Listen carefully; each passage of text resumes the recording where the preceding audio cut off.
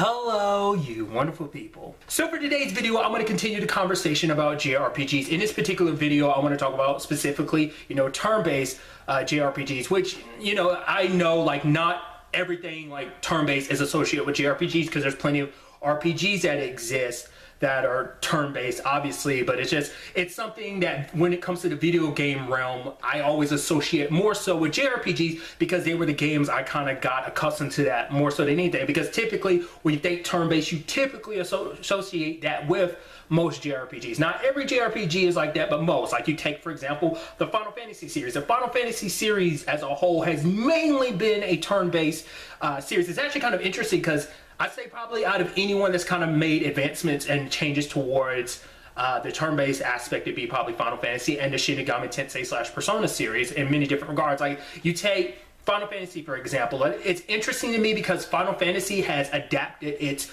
turn-based, because obviously like most of its series is very traditional, but then you get into later games and it starts changing up a little bit. Like an aspect that I kind of associate with 10 that I don't associate with, I don't think any other JRPG necessarily, is the whole aspect is that in Final Fantasy X there's literally a icon in the corner that's like, yeah, this is literally the list of turns. Like you can actually scroll through the next like dozen or so turns to see like what order everyone's going in. I don't remember if that's something that's in 10.2 because I haven't played 10.2 in a very long time, and obviously I'm currently running through the remaster of 10, so I haven't touched 10.2 yet, so I don't remember if it's like that or not.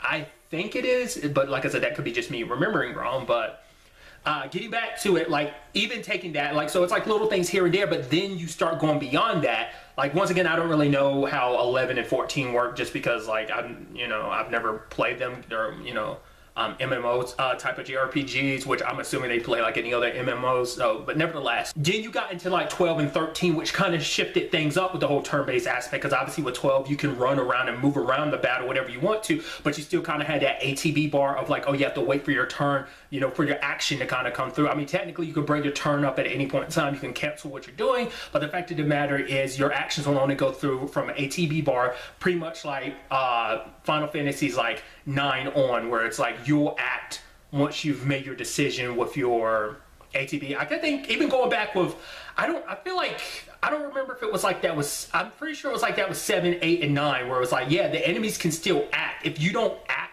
when the enemy's like not attacking you, like it's not like like with 10, it's like, no, the enemy won't attack until you actually make a move. But like in the other Final Fantasies, if I remember correctly, it's like the enemies are, their ATP bars are filling up and they're planning out their attacks and stuff like that. And that kind of applies in, I'd say, what, 12 and 13 as well, but 10 was, I think, kind of broke that, but then they kind of brought it back in the other regard. But the thing is, like, obviously 13 modified it, so it's like, it's similar to 12 in a sense, but it was more of a combination of 12 meet other previous Final Fantasies, where it's like, oh, the enemy's ATB bar is filling itself and they're doing their actions while you're also doing yours. I mean, and also on top of that, like 13 did an interesting thing where it like did multiple ATB, so like in one move you could do multiple actions, so like end up being like 5 maximum actions all across the series. Maybe it was 6. I'm pretty sure it was 5. It's been a while since I played 13 or 13.2, so I'm forgetting, but nevertheless. And then kind of going back to the whole conversation about the Persona series, because like, well, in particular the Shin Megami Tensei series, because obviously they introduced the press system, that being a system where it's like, once you exploit an enemy's weakness, you get like another half turn. And the cool thing about that is if you exploit a weakness over and over and over again, obviously it has to be a different enemy if I remember correctly, but like, you could like stack up those press turns, kind of giving you like half turns each. Obviously Persona games added upon that because they added the aspect of once every enemy weakness has been hit, you can then do an all-out attack. So that was kind of interesting. And now that I'm sitting here thinking about, I'm also thinking about Tokyo Mirage Sessions FE, where they kind of did their own modification too, because it was kind of a random thing, but obviously like in that game you can chain stuff together, so that it doesn't necessarily play into the turn-based aspect. To a certain degree it does, but that's kind of its own thing, so I kind of don't want to add it in the same conversation. But it does have like this in-between turn situation of like when you do not cross chains, getting that from Final Fantasy 15. But when you do sessions, like you can interrupt your sessions with like a special attack, like a dual art or whatever, and then like it would reset the session. Like that's the whole thing. I'm getting on like technical in it and stuff like that. So it's actually kind of interesting because I brought up the press turn system just before, but another game recently that kind of tapped into that was Octopath Traveler. I've never played the game, but I've seen, you know, gameplay of it, and for what I can tell from the battle system, obviously it's like a combination of like being able to have multiple turns like Bravely Default, but also kind of bringing in a little bit of that press turn system of, you know, exploiting an enemy's weakness and stuff like that. So it's just kind of an interesting you know, modification of just like turn-based battles in that regard. So, because to me, the reason why I brought this up, because I thought it was kind of a fascinating thing, because, you know, I plan to make this like a video on its own. I just haven't gotten to recording it yet, but it was always the thought of like, what direction will the next Final Fantasy game go into? And at the point of me recording this, I have not looked into it, so I'm not going to talk about it, you know, before I, you know, do a little more research and kind of before I thought speculation and stuff. But it's like, Final Fantasy, like I said, has shifted every time. Obviously, 15 is like the biggest departure, because I brought up before, it's kind of like Kingdom Hearts. Because Kingdom Hearts was like the first JRPG that I ever experienced, at least to my knowledge. Maybe there was one before, but to me, Kingdom Hearts was the first one that really came to my mind of like, whoa, like getting rid of like turn-based combat. And obviously, Final Fantasy 15 reflects that. So now the question is, well, what do they do about 16? Will they go back to turn-based, or will they continue the trend that they were doing with 15, or will they do something new? Will it be a hybrid? Because a lot of their systems are kind of built upon themselves.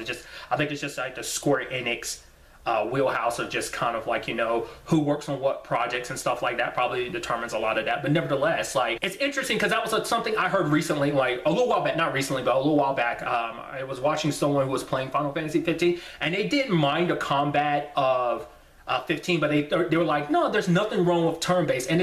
Now sitting here thinking about that, it's interesting because like turn-based to me is such a classic aspect of JRPGs. Like, it's been a aspect of them for so long, and to think like even to this day, once again using Octopath Traveler, a game that literally just came out last year, that's still alive and well and so strong, not just amongst JRPGs but RPGs in general that might, you know, utilize the turn-based combat system. But to me, it's just, that seems, it's such an old school form of gameplay.